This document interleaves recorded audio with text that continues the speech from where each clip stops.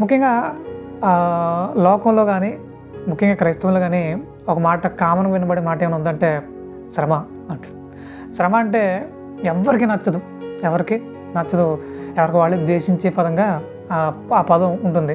ఎందుకు ద్వేషించాలంటే శ్రమ అనేది తీయగా ఉండదు, చేదుగా ఉంటుంది, చాలా చేదుగా ఉంటుంది.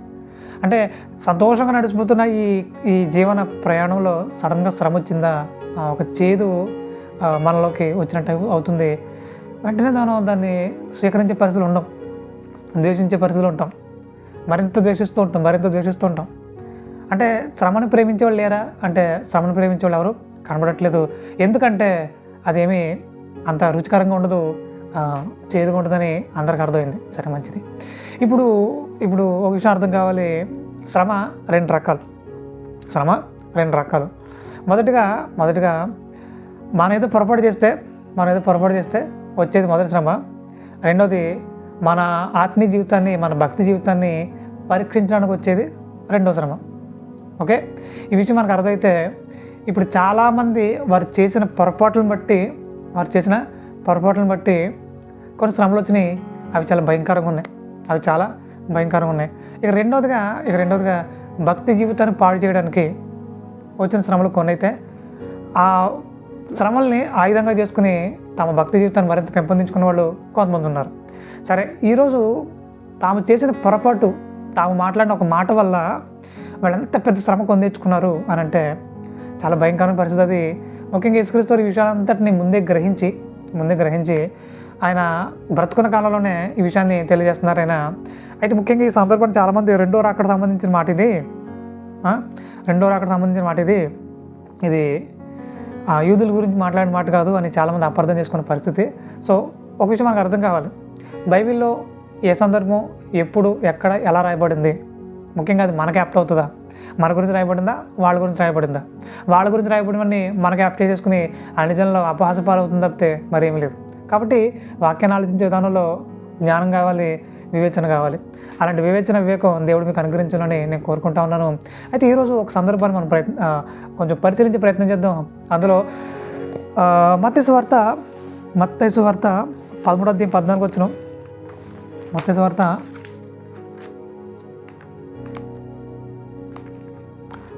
13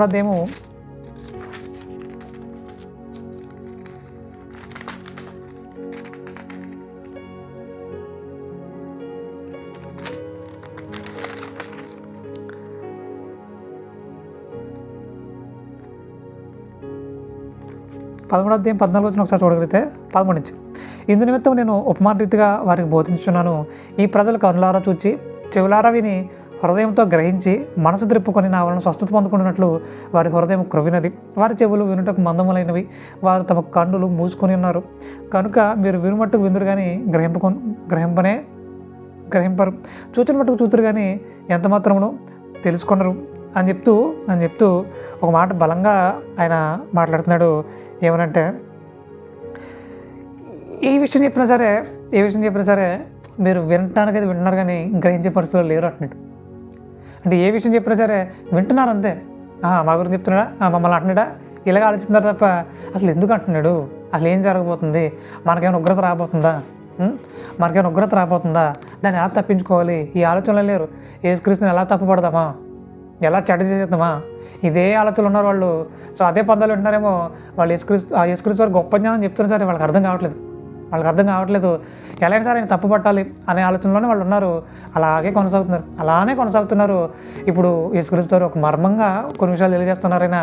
లూకాసు వార్త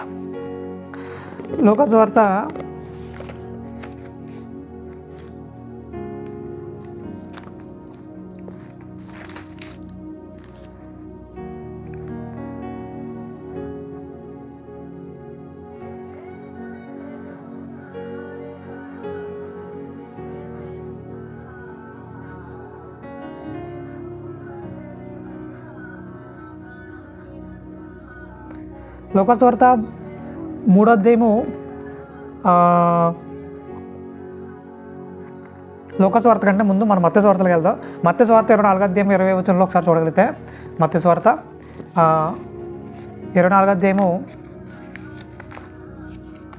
20వ వచనం.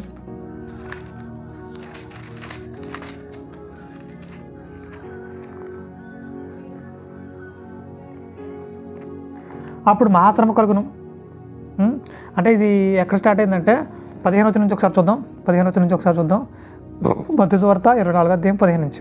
కాబట్టి ప్రవక్త దానియేలు ద్వారా చెప్పబడిన నాశనకరమైన హేయ వస్తువు పరిశుద్ధ స్థలమందు నిలుచుట్టు మీరు చూడగానే చదువువాడు గ్రహించుగాక. ఏమట? చదువువాడు గ్రహించుగాక అని అంటున్నాడు. అంటూ యోదయాలు ఉండేవారు కొండలకు పారిపోవాలను. ఏమట? యోదయాలు ఉండేవారు కొండలకు పారిపోవాలను. మిద్దె మీద ఉండేవాడు తన ఇంటిలో నుండి ఏదైనా తీసుకొని పోవటకు దిగకూడదు. ఇలా చాలా జాగ్రత్తలు చెప్తున్నాడు ఆయన, చాలా జాగ్రత్తలు చెప్తున్నాడు. ఇవన్నీ ఎవరు చెప్తున్నాడంటే యోదయాలో ఉన్న యూదులు చెప్తున్నాడు. ఇంకా దాని కింద వచ్చిన వాళ్ళకి కొన్ని ఇంకా లోతుకి వెళ్ళిపోతే రెండో రాకడ సంబంధించిన వచనాలు కూడా మనకు కనబడతాయి. సో అయితే విశ్వార్థం కావాలి మనకి. ఇప్పుడు రెండో రాకడ సంబంధించిన మాటల, లేదంటే యూదులు చెప్పబడిన మాటల, మరి అసలు ఎవరితో ఈ విషయాలన్నీ మాట్లాడుతున్నాడు అని అంటే యూదులు చెప్పబడిన మాటలు ఏంటి, రెండవ రాకడ సంబంధించిన మాటలు ఏంటి, ఇవన్నీ మనం చాలా పరిశీలనగా మనం ఆలోచించాలి ఫస్ట్. అలా ఆలోచించిన తర్వాత మనకు విషయం అర్థమవుతుంది. యూదుల కోసం ప్రత్యేకంగా కొన్ని విషయాలు మాట్లాడుతున్నాడు. యోధులు ఉండేవారు పారిపోవాలట, తర్వాత పొలానికి వెళ్ళిన వాళ్ళు ఇంటికి రాకూడదట, మిద్ది మీద ఉండేవాడు ఇంట్లోకి ఏదో తీసుకోవడానికి మళ్ళీ కింద దిక్కకూడదంట. ఇంకా చాలా సంగతులు చెప్తాడు. ముఖ్యంగా అధ్యయనం విశ్రాంతి దినం రాకపోతే బాగుంటుంది. ఇలా ఒకటి కాదు రెండు కాదు చాలా విషయాలు ఆయన మాట్లాడతాడు. మరి ఎందుకు ఆయన అంత పర్టికులర్గా ఈ విషయాలన్నీ ప్రస్తావించి మాట్లాడుతున్నాడు ఆయన? విశ్రాంతి దినం రాకూడదంట, తర్వాత ఏమాత్రం కూడా అది గర్భిణులకి శ్రమ అంటున్నాడు. ఒకటా రెండా ఇన్ని ఇక్కడ ముఖ్యంగా అదంతా చదవగలిగితే 20 నుంచి చూడగలిగితే పొలంలో ఉండేవాడు 18 నుంచి పొలంలో ఉండేవాడు తన బట్టలు తీసుకొని పోవుటకు ఇంటికి రాకూడదు. అయ్యో ఆ దినములలో గర్భిణులకు పాలిచ్చేవారికి శ్రమ, అప్పుడు మహాశ్రమ కలుగును. కనుక మీరు పారిపోవడం చలికాలం మందైనను విశ్రాంతి దిన మందైనను సంభింపకూడదని ప్రార్థించుడి. మరి విశ్రాంతి దినాన్ని ఎందుకు సంభింపకూడదు అని అంటే విశ్రాంతి దినాన్ని వీళ్ళకి ఒక రూల్ ఉంది. నేను నిర్గమకాండం 20వ అధ్యాయం 8వ వచనంలో వారు మాత్రమే ఇవ్వబడింది విశ్రాంతి దినం, మనకు అవేమీ లేవు. సో అయితే ముఖ్యంగా వాళ్ళకున్న రూల్ ఏంటంటే అపొస్తలుల కార్యాలు 1వ అధ్యాయం 12వ వచనంలో అంటాడు నడవగలిగినంత దూరం మాత్రమే నడవాలి, అదొక రూల్ వాళ్ళకి.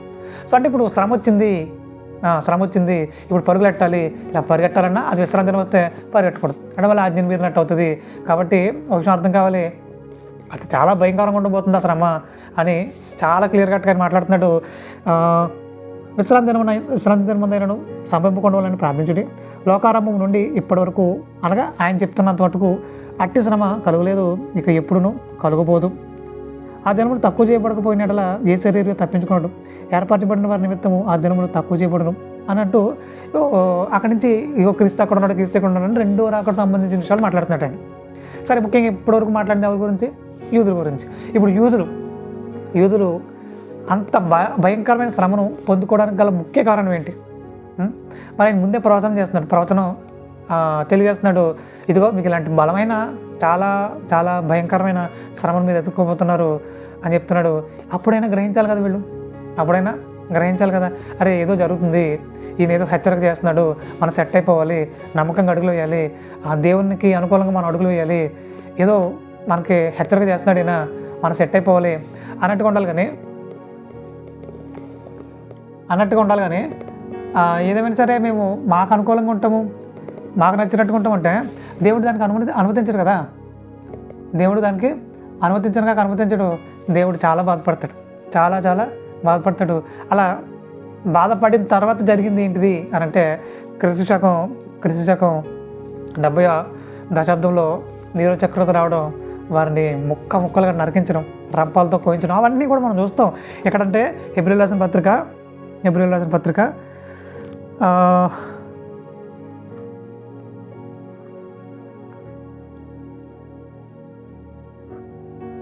11వ అధ్యాయము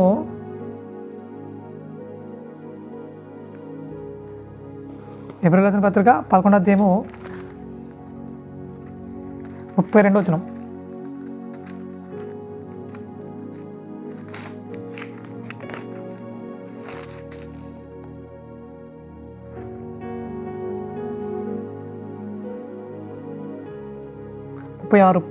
మరికొందరు తిరస్కారములను, కొరడా దెబ్బలను, మరి బంధకములను, ఖైదును అనుభవించరి, రాళ్లతో కొట్టబడిరి, రంపములతో కోయబడిరి. అంటే మహాశ్రమను ఎదుర్కొంటున్నారు. మహాశ్రమను ఎదుర్కొంటున్నారు. చాలా భయంకరంగా ఈ శ్రమ ఉంది. శోధింపబడ్డారట, కట్కంతో చంపబడ్డారట, గొర్రె చర్మాలు మేక చర్మాలు వేసుకొని దరిద్రులై ఉన్నారట. హింస పొందుకుంటున్నారంట. అడవుల్లోనూ, కొండల్లోనూ, గుహల్లోనూ, సొరంగాల్లోనూ తిరుగులాడుచు సంచరించి అట్టి వారికి ఈ లోకం యోగ్యమైనది కాదంటున్నాడు. సో చాలా భయంకరమైన శ్రమ వారిని వెంటాడిందంట. మరి ఇదంతా ఎందుకు జరిగింది? పనిగట్టుకున్న యూదులకు మాత్రమే ఇవన్నీ ఎందుకు జరిగినాయి అనంటే మనకు విషయం అర్థం కావాలి. యూదులు యేసుక్రీస్తు వారు బ్రతుకుండగా ఆయన ఏదేమైనా సరే సిలువ వేయాల్సిందే అని పట్టు కూర్చున్నారు. చివరికి వారు కేకలు గెలిచను అని కూడా ఆ మాట రాయబడింది. అంటే ఇప్పుడు ఆయన సిలువ వేసేయడం వల్ల ఏంటి వీళ్ళకి లాభం అంటే వీళ్ళకి పైసకి ఆనందం అక్కడ తీర్చుకోవాలని ఆలోచనలో ఉన్నారు. తర్వాత ఆయన వల్ల వాళ్ళ వ్యాపారాలు పోని, మందిరాల్లో వాళ్ళ వ్యాపారాలు పోని, ఇదొకటి మైండ్లో పెట్టుకున్నారు. తర్వాత ఈయన ప్రతిరోజు ఇదిగో మాకు భోజనం పెట్టడం మానేశాడు, ఇంకెందుకు ఈయన బతకడం కంటే చావడం మంచిది, ఇలాంటి వాళ్ళు ఎక్కువైపోరు. అంటే మేలు చేస్తేనే ఆయన కావాలి మాకు, ఆయన దగ్గర నుంచి ఏ మేలు రావట్లేదా, మాకు ఆయన వద్దు అనే పందాలో వాళ్ళు కొనసాగుతున్న పరిస్థితి. అంటే అలాంటి ఆలోచన విధానం కరెక్టా? అదేమైతరమైన దేవుడు ఆమోదిస్తాడా? అస్సలు ఆమోదించడు. చాలా చాలా భయంకరంగా ఉంటుంది వీళ్ళ పరిస్థితి. సో ముఖ్యంగా ఆ టైంలో యేసుక్రీస్తుని సిలువ వేసే టైంలో పిలాతు అంటాడు, నాయనా ఇతను ఎంత ఏ దోషం కనబడట్లేదు నాకు, ఇతను విడిచిపెట్టేద్దాం అని అంటే, లేదు విడిచిపెట్టడం కుదరదు, ఒకవేళ నీవేం భయపడతావేమో నువ్వు చేతులు కడిగేసుకో పర్లేదు, ఏం కానీ ఆ రక్తం ఏమైనా ఉంటే, ఆ పాపం ఏమైనా ఉంటే మా మీద మా పిల్లల మీద ఉండుగాక అన్నారు. సో వాళ్ళు అన్నట్టుగానే ఆ శ్రమ నీరో చక్రవర్తి రావడం, మరింత పైశాచికంగా అతను శిక్షించడం, ప్రతి ఒక్కరిని రంపాలతో కోయడం, రాళ్లతో కొట్టడం చాలా జరిగినాయి. ఇంచుమించుగా అతను ఎంత దుర్మార్గమైన పరిస్థితులు ఉంటాడంటే గర్భాలు నిలిచాడంట, పాలిచ్చే స్థానాల్ని నరికేశాడట. అలాగే ఒక డ్యూటీలా మనుషుల్ని పెట్రోల్ పోసి అంటించేసి ఆ మంటలో చలిగాగిపోడట, ఆనందించేవాడట. అంత దుర్మార్గమైన స్వభావం కలిగిన వ్యక్తి నీరో చక్రవర్తి. సో ఇంత భయంకర పరిస్థితి ఎందుకు వచ్చింది అని అంటే, ఇదిగో యేసుక్రీస్తుని సిలువ వేసిన టైంలో ఆ రక్తం మా మీద మా పిల్లల మీద ఉండుగాక అన్న ఆ ఒక్క మాటను బట్టి చాలా విపరీతమైన పరిస్థితి ఎదుర్కొన్నారు వాళ్ళు, చాలా విపరీతమైన పరిస్థితిని ఎదుర్కొన్నారు. మరి ఎందుకు ఇదంతా అంటే ఒక్క మాట ఇంత శ్రమ తీసుకొస్తుందా అంటే ఖచ్చితంగా తీసుకొస్తుంది. ఆ విషయాన్ని మర్చిపోయారు వీళ్ళు.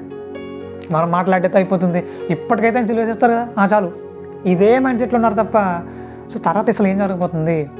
ఆయన ఆల్రెడీ ముందే చెప్పాడు ఇలాంటి శ్రమలు రాబోతున్నాయి, దాన్ని తప్పించుకునే పదంలో మనం ముందుకెళ్ళాలి అనే ఆలోచన ఒక్కడికో లేదు. ఇష్టం వచ్చినట్టుగా మాట్లాడేశారు. మనం మాట్లాడిన ప్రతి మాటకి ఒక లెక్క ఉంటుందని గుర్తుపెట్టుకోవాలి. ఖచ్చితంగా ఒక లెక్క ఉంటుంది, దానికి మనం సమాధానం చెప్పాల్సి ఉంటుంది అనే విషయాన్ని గుర్తుపెట్టుకుంటే మనం మాట్లాడే మాటలు చాలా జాగ్రత్తగా ఆచితూచి మాట్లాడతాం. కాబట్టి ప్రేమలారా రోజుకి మన మాటలు బాగుండాలి, మన చూపులు బాగుండాలి, మన వినికిడి బాగుండాలి, లోతైన ఆత్మజ్ఞానంతో నింపబడే విధంగా ఉండాలి. అనేకులకు ఆశ్రయాస్పదంగా, అనేకులకు దీవెనకరంగా మనం ఉండాలి. అంతేగాని ఎలాగా మనం ఆ కాసేపు గడిపేసుకుందాం అన్నట్టుంటే ఆ కాసేపు గడిచిపోవచ్చు, కానీ తర్వాత పెద్ద మూట కట్టుకుంటున్నాం. నేను గతంలో కూడా చెప్పాను, దావీదు గారు ఆ కాసేపే వ్యభిచారించేసాం, ఆ ఆనందాన్ని పొందేసుకున్నాం అనుకున్నాడు.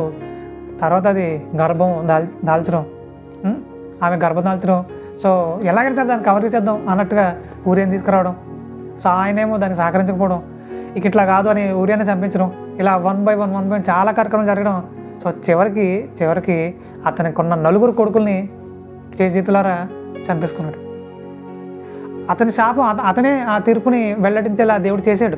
ఇదిగో ఒక గొర్రె కోసం 4 గొర్రెలు ఇవ్వాలన్నాడు. సో 4 గొర్రెలు కూడా ఎగిరిపోయారు.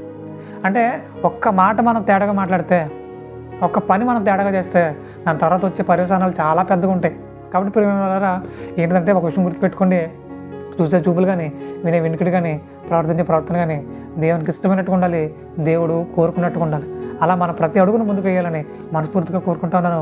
ముఖ్యంగా